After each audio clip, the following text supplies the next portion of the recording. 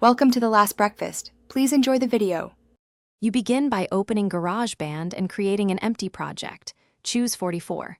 1K HZ unless you need higher fidelity. Next, add either a software instrument track or a voice/mic track and set your input to built-in microphone or a connected phone. This lets you record without external gear.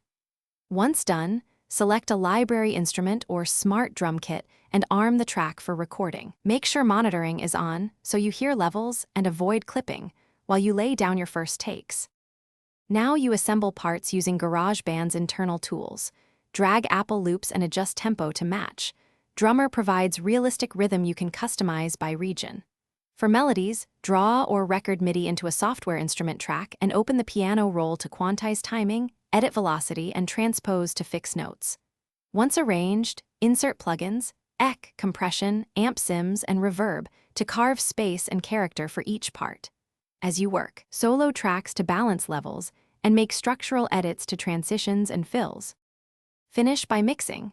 Balance faders, pan instruments, and use the master channel compressor and limiter to glue the mix. Choose WAV for archive or MP3 for sharing. Once mixed, automate volume and plug-in parameters for dynamics across your song, then bounce the project via Share Export Song to disk.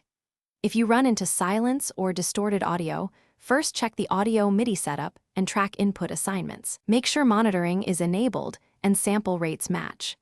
If problems persist, restart GarageBand and reselect the audio device. Thanks for watching. If this was helpful, leave a like and consider subscribing. See you next time.